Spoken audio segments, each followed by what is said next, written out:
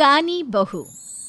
किशोरी लाल जी के बेटे राघव की शादी की बात जगह जगह चल रही थी, लेकिन किशोरी लाल जी को कोई लड़की पसंद ही नहीं आती थी। और उसकी एक ही वजह थी, किशोरी लाल जी का लालची होना। उनको लड़की वालों से मोटा दहेज चाहिए था और इसी चक्कर में एक दिन वो एक बहुत पैसे वाले के घर अपने बेटे का रिश्ता लेकर पहुंचे। उस आदमी का नाम था ओम प्रकाश। देखिए किशोरी लाल जी, मेरी एक ही बेटी है और मेरी सारी संपत्ति जायदाद सब कुछ मेरी बेटी नैना का ही है। पापा, नाम से लगता है बहुत खूबसूरत होगी। कितना अच्छा नाम है ना, नैना। ओ, वैसे बात तो सही है आपकी। अब इतना पैसा है, जमीन जायदाद है, इकलौती बेटी, आप भी क्या करेंगे? सब कुछ उसे ही देंगे ना। बिल्कुल ठीक पहचाना आपने। बस बेटी की शादी और सारी जायदाद उसके नाम। पापा, बिना देखे हाँ कर दीजिए ना। इतना अच्छा रिश्ता फिर कहाँ मिलेगा? माला माल हो जाएंगे हम। मैं अपनी बेटी को बुलाता हूँ। अरे नहीं नहीं नहीं नहीं, आपकी बेटी का नाम नैना है, सुनकर ही लगता है बहुत सुंदर होगी। रहने दीजिए अंकल, मैं तो आपकी बेटी के नाम से ही इतना खुश हो गया हूँ कि उसे बिना देखे शादी करने को तैयार हूँ। अब तो मैं उसका चेहरा सीधे शादी के बाद ही देखूंगा। और इस तरह राघव नैना का चेहरा नहीं देखता और उससे शादी कर लेता है। शादी के बाद अपनी सुहाग रात पर जब राघव नैना का घूंघट उठाकर देखता है तो नैना की आंखें बंद थी। कितने खूबसूरत हो तुम नैना, जरा अपनी आंखें खोलकर मेरी तरफ देखो तो सही। नहीं, मुझे शर्म आती है। अरे, मैंने तुम्हें शादी से पहले भी नहीं देखा और अब अगर तुम आंखें खोलकर मुझे देखोगी भी नहीं तो मुझे अच्छा कैसे लगेगा?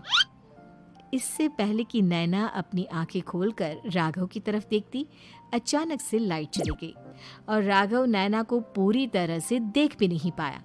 अगली सुबह नैना राघव के लिए नाश्ता बनाकर लेकर आई।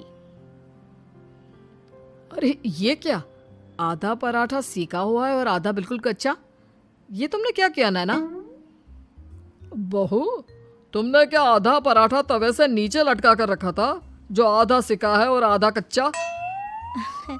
मुझे जितना दिखेगा उतना ही तो सीखूंगी ना पापा जी। जहाँ जहाँ मुझे नजर आ रहा था वहाँ मैंने सीख लिया, जहाँ जहाँ नहीं दिखा वहाँ कच्चा रह गया होगा। इसका क्या मतलब है? ये कैसा मजाक कर रही है तुम? अरे बहू, तुमने इतना लंबा घूंघट क्यों लगाया हुआ है? देखो, हमारे घर में बहुओं को बेटी की तरह रखा जाता है और फिर तुम तो इतना सारा माल लेकर आई हो।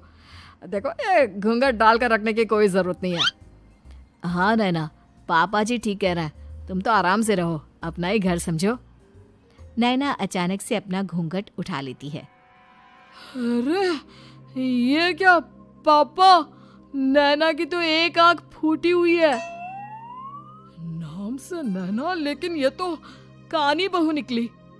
मेरे साथ धोखा हुआ है, धोखा।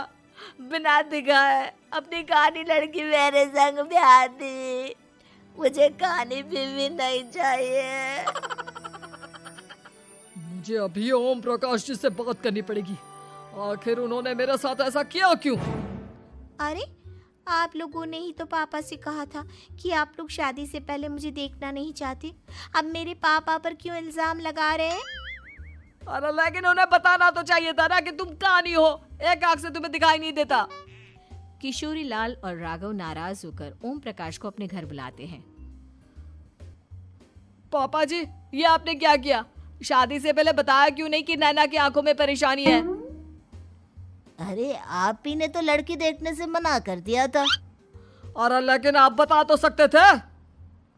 आपको तो हमारी बेटी की प्रॉपर्टी चाहिए थी,